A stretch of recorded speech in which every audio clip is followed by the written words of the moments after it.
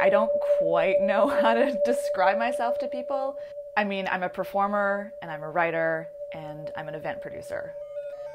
A lot of what I do is fun-based. I think, I tried to come up with like a name for my Facebook group when Facebook changed like groups to pages and whatever. And I was like, Sara Bynoe's fun-based art.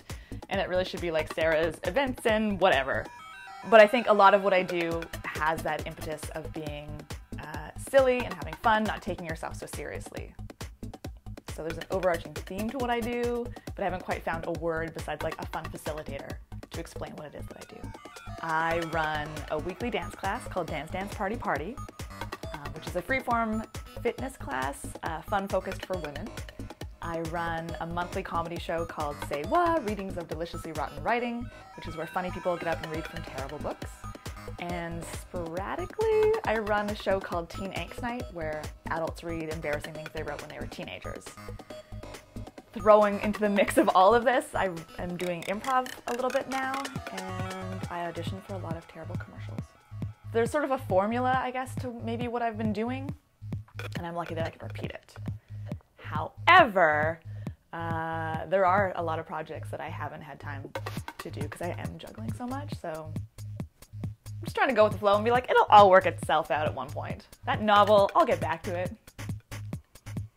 So community is a huge part of what I do. I wouldn't continue to do the shows and the events that I do if I didn't have people participating in it with me. I mean, Dance Dance Party Party would be a little sad if it was just me dancing around a room by myself every week. I'm really lucky that there's a group of women that show up and play with me.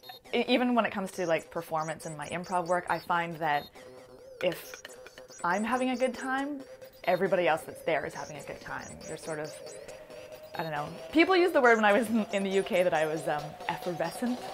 And I'm like, you're trying to say that I'm kind of ditzy and bubbly. I'm like, I know you guys don't like that, but that's kind of what I am. And I can't help it, but I kind of am. Especially like when I'm in my element. And I hope that everybody can feed off of that as well.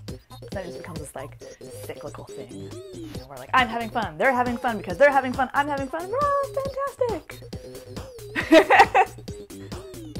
One of the themes of my work, especially like of my writing, like my Sparkle Bunny solo show character that I did at Studio 58 was about, about a candy raver that was still raving in her like late 30s, and the rave scene had officially died. So it was about someone searching for their tribe. So that's a bit of a story for me, you know, like that's where it came from. I don't know if it's worked to my advantage. Certainly with like random jobs I have, you know, I've had contracts because of connections with all these communities. But as far as, I don't know, my artistic practice, it certainly helps me be a more well-rounded, more aware person. But I don't know if it's necessarily elevated me to a level. There's been lots of times where I'm like, nobody's playing with me. I'm just doing my own weird thing. And then there's times where people are like, Sarah's doing her own weird thing. Let's invite her over because we need something to spice up this show. Hi, I'm Sara Bynoe, and I perform and produce silly and fun events.